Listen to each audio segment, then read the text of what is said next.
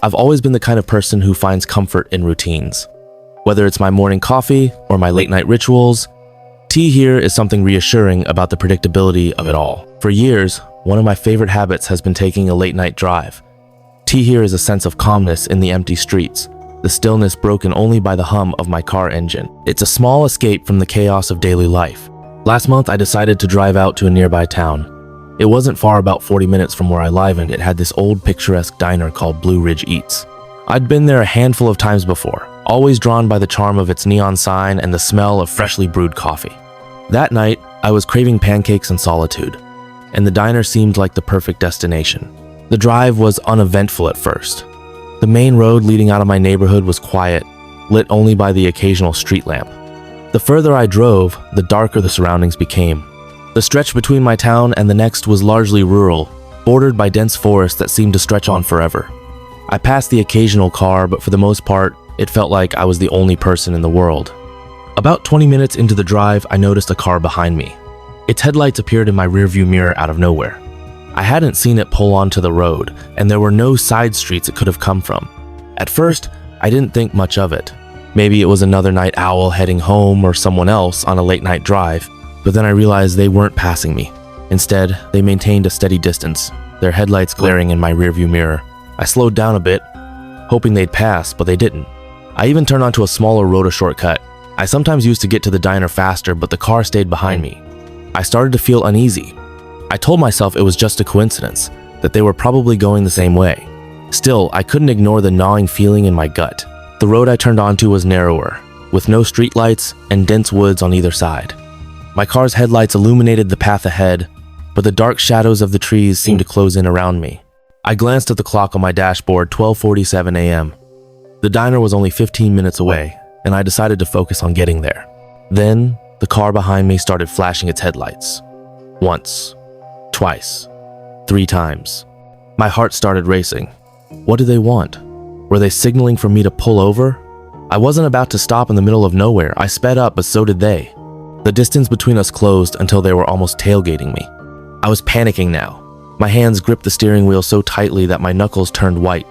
The road curved ahead, and I took the turn faster than I should have, my tires screeching slightly against the asphalt. The car behind me matched my speed perfectly. I remembered there was a small gas station about 5 minutes ahead. It wasn't open at that hour, but I figured pulling into the lot might scare them off. As the station came into view, I made a sharp turn into the parking lot, my car skidding slightly as I stopped near the dimly lit pumps. The other car drove past without stopping. I let out a shaky breath and watched their taillights disappear down the road. For a moment, I felt relieved. Maybe I'd overreacted. Maybe it was just someone impatient with my speed. But then I noticed something that made my stomach drop. Across the road, in the shadows just beyond the gas station, was another car. It wasn't parked on the shoulder, it was hidden among the trees, its headlights off. I couldn't tell if it was the same car or a different one, but the realization that someone was watching made my skin crawl. I didn't want to stick around to find out. I threw my car into reverse, backed out of the lot, and sped off in the opposite direction of the diner. My only goal now was to get home as quickly as possible. The drive back was nerve-wracking. Every time I glanced in my rearview mirror, I expected to see headlights behind me, but the road remained dark. When I finally pulled into my driveway, I parked my car and sat there for a few moments, scanning the street for any sign of movement. Nothing. I locked my car and hurried inside, bolting the door behind me. The quiet of my house was a stark contrast to the chaos in my mind. I couldn't shake the feeling that someone had been following me, watching me. The next morning, I decided to check my car for any signs of tampering. I didn't find anything unusual until I got to the back of the car. There, on my trunk, was a small handprint. It was faint, almost imperceptible, but it was there. I've stopped taking late-night drives since then. Some routines aren't worth the risk.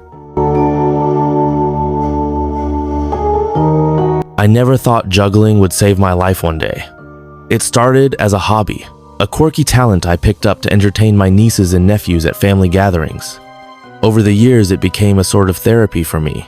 Something about the rhythm, the focus, and the challenge of keeping everything in motion kept my mind sharp and oddly calm. I never imagined it would turn into something sinister. It happened last summer. I'd been struggling with insomnia, and on particularly restless nights, I'd grab my juggling balls, torches, or even apples, and head to the park near my apartment. City parks at night can feel eerie, but for some reason, I never minded. The quiet paths and the distant hum of traffic helped me focus. One night, I decided to take my act to Millhaven Park, a larger, more secluded space about 20 minutes from my place. It had a small amphitheater that was rarely used, making it the perfect spot for uninterrupted practice. I packed my juggling pins, flashlight, and a water bottle in my bag and headed out. The air was cool, the kind of night where you can hear your footsteps echo faintly on the concrete. When I arrived, the park was exactly as I'd hoped, deserted. The streetlights around the amphitheater were dim, casting long shadows that stretched across the stage and surrounding trees. I set up near the center of the amphitheater, lit by the faint glow of a single overhead lamp. It wasn't much light, but it was enough to see my pins as I tossed them into the air. I started slow, warming up with basic patterns. As the minutes passed, I felt myself getting into the zone, my movements fluid and automatic. Then, I noticed something strange. In the rows of benches that faced the stage, I thought I saw movement. A shadow shifted in the corner of my vision, subtle enough that I almost dismissed it. I glanced up from my routine, squinting into the darkness. "Hello?" I called out, my voice carrying in the stillness. No response. I figured it was nothing. Maybe a stray cat or the wind rustling the leaves. I went back to juggling, this time with torches. The soft glow of the flames made the shadows around me dance, and for a moment, I forgot about the odd sensation of being watched. That feeling didn't last long. As I performed a trick, tossing the torches higher into the air, I heard the faint crunch of gravel. It was deliberate, slow, and steady. Someone was walking. I froze, catching the torches and extinguishing them against the ground. My breath hitched as I scanned the benches. There was a figure now sitting in the back row. They were completely still, their silhouette barely visible in the dim light. I couldn't make out their face, but I could tell they were staring directly at me. My stomach twisted into knots. "Can I help you?" I asked, trying to keep my voice steady. Silence. The figure didn't move, didn't respond. They just sat there like a statue carved out of the night. I told myself it was probably a homeless person or someone curious about my juggling. Still, the unease was impossible to ignore. Deciding it was time to leave, I started packing up my things, my hands shaking as I fumbled with the straps of my bag. When I looked up again, the figure was standing. They hadn't made a sound. One moment they were sitting, and the next they were upright, their posture rigid and unnerving. I didn't wait to see what they would do next. Slinging my bag over my shoulder, I stepped off the stage and started walking quickly toward the park's exit. The path was dimly lit, flanked by trees that seemed to close in on me with every step. Then I heard the sound of footsteps behind me. I broke into a jog, my pulse pounding in my ears. The footsteps grew louder, faster. Whoever it was, they were following me. "Leave me alone," I shouted over my shoulder, but I didn't stop running. When I reached the edge of the park, I turned onto a side street that led back toward my apartment. The footsteps behind me stopped abruptly, but I didn't dare look back. I kept running until I reached the door of my building, my chest heaving as I fumbled with my keys. Once inside, I bolted the door and collapsed onto the floor, my heart racing. I sat there for what felt like hours, staring at the shadows on the walls, half expecting the figure to somehow follow me. The next day, I told myself it was just a random encounter, maybe a prank or someone out for a late night walk like me. But when I checked the news later that week, I saw a report about a missing person last seen at Millhaven Park. The description of their last known location? The amphitheater. I haven't been back to that park since. My juggling practice stays indoors now, and I've started keeping the curtains drawn at night. Sometimes though, when I walk past the windows, I feel like someone's watching me. I've always been fascinated by old, abandoned places. Tea here is a strange allure to them, the way they seem frozen in time, slowly succumbing to nature. So when my friend Logan suggested we check out an abandoned hospital on the outskirts of town, I didn't hesitate. The hospital was called Ridgewood Asylum, and it had been closed for decades. It sat on a hill surrounded by dense forest, its crumbling facade barely visible from the main road. Locals said it was haunted, that strange things happened to those who ventured inside. I didn't believe in ghosts, but I loved the thrill of exploring the unknown. We decided to go at night. Logan thought it would make the experience more exciting, though in hindsight it was probably a mistake. We brought flashlights, a camera, and a backpack with snacks and water. As we approached the asylum, the towering structure loomed over us like a dark silhouette against the night sky. The air was cold, and the silence was oppressive. The front doors were chained shut, but we found a broken window on the side of the building. Logan climbed in first, and I followed. The interior was exactly what you'd expect: peeling paint, broken furniture, graffiti covering the walls. The smell of mold and decay was overwhelming. Our flashlights cast long shadows on the walls, making the place feel even more sinister. We started exploring, moving slowly through the hallways. Most of the rooms were empty, their contents long since scavenged or destroyed. But every now and then, we'd come across something that made us pause. A wheelchair, left in the middle of a corridor, a hospital bed still covered with yellowed sheets, a patient file lying open on the floor. The deeper we went, the stranger the place felt. It wasn't just the eerie silence or the oppressive darkness, it was something intangible, like the building itself was watching us. Logan didn't seem to notice. He was too busy taking pictures and making jokes to lighten the mood, but I couldn't shake the feeling that we weren't alone. Things took a turn when we found the basement.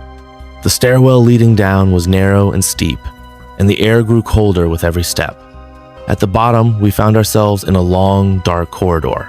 The walls were lined with doors, each with a small barred window at eye level. They looked like cells, and I realized we were standing in the asylum's old isolation ward.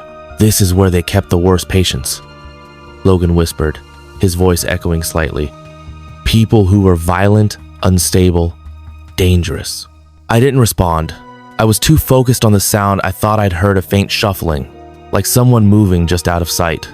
I turned my flashlight toward the end of the corridor, but the beam barely penetrated the darkness.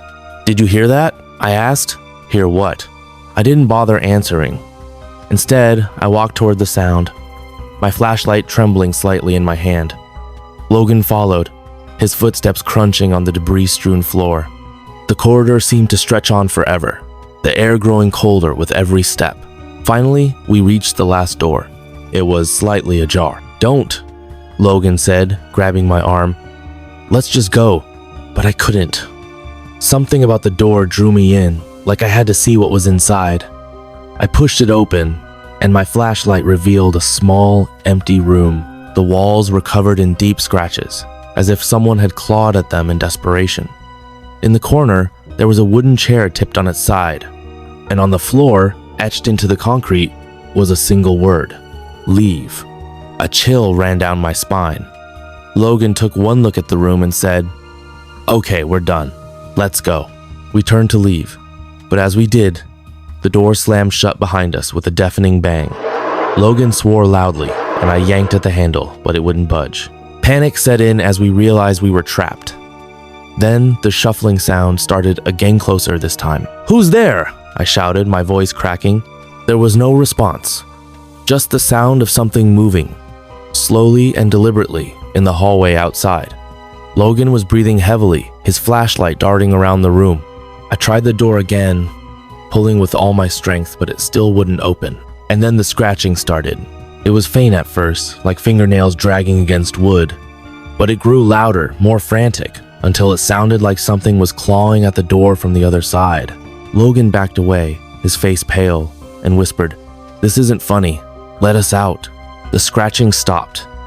For a moment there was silence, and then a voice, a low guttural whisper, spoke from the other side of the door. "You shouldn't be here." I don't know how, but the door suddenly gave way. We stumbled out into the corridor, our flashlights flickering. The hallway was empty, but the air felt heavy, like something unseen was pressing down on us. We didn't stop to look around. We ran, tripping over debris, our breath coming in ragged gasps. When we finally made it out of the building, we collapsed on the grass outside, our bodies trembling. Neither of us spoke for a long time. When we finally looked back at the asylum, we saw a figure standing in the window of the isolation ward, watching us. We never went back to Ridgewood Asylum, but sometimes, late at night, I dream about that place. And when I wake up, I swear I can still hear the scratchings,